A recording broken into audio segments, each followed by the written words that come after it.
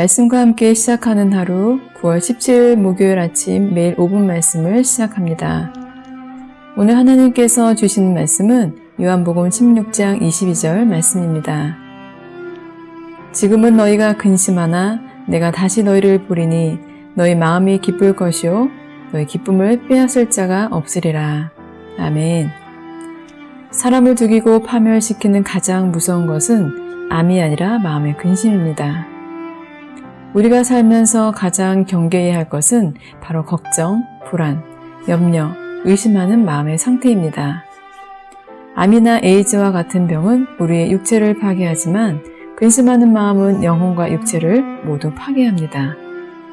그래서 우리의 마음에 근심이 없어야 하나님께서 주신 축복을 마음껏 받아 누릴 수가 있습니다.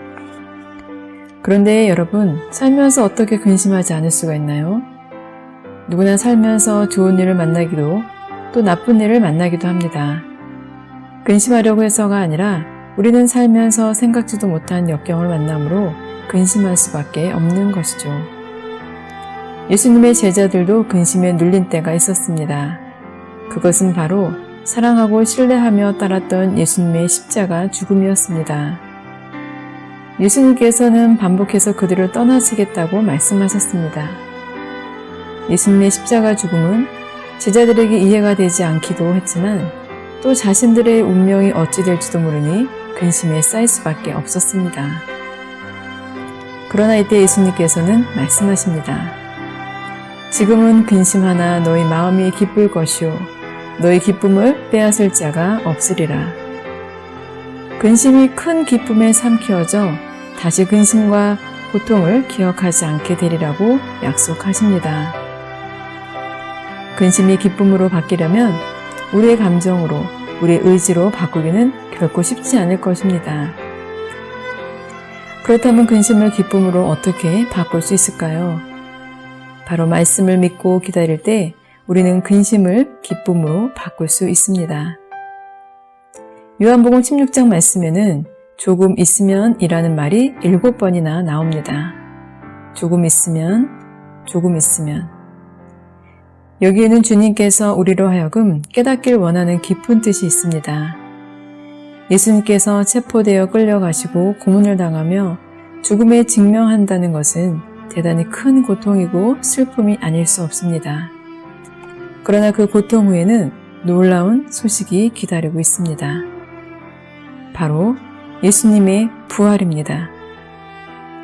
십자가에서 죽는 예수님의 모습을 보면 근심에 눌려 숨조차 쉴 수 없을 정도의 고통이 크지만 부활하셔서 제자들을 만나주신다면 그 기쁨만큼 큰 것이 어디 있겠습니까?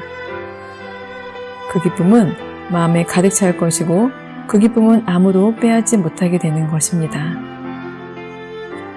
처음 말씀을 나눌 때 기쁨에 대해 말씀드린 거 기억나시나요? 기쁨은 주님이 주시는 즐겁고 행복한 마음이라고 말씀드렸습니다. 사랑하는 울산영문군 여러분, 우리가 날마다 말씀을 묵상하고 때로는 말씀을 암송하는 이유는 말씀은 하나님께서 우리 모두에게 주시는 변하지 않는 약속이기 때문입니다.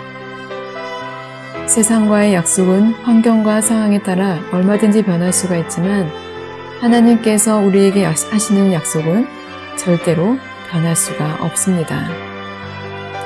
그렇기 때문에 때로는 말씀이 이루어질 때까지 우리의 인내를 많이 요구하실 때가 있습니다. 왜냐하면 말씀은 변하지 않는 것이기에 또 그 약속을 반드시 이루시는 분이시기에 우리는 주님 안에서 근심이 아닌 기뻐할 수 있는 것입니다.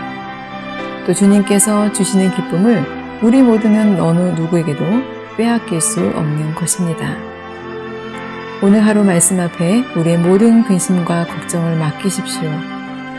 근심과 걱정은 우리가 해야 할 일이 아닙니다. 주님께 모든 것을 맡기시고 우리 모두는 그저 주님께서 주시는 기쁨으로 충만해져 있으시기만 하면 됩니다. 말씀이 내 삶 가운데 이루어질 것이라는 확신을 가지고 말이지요.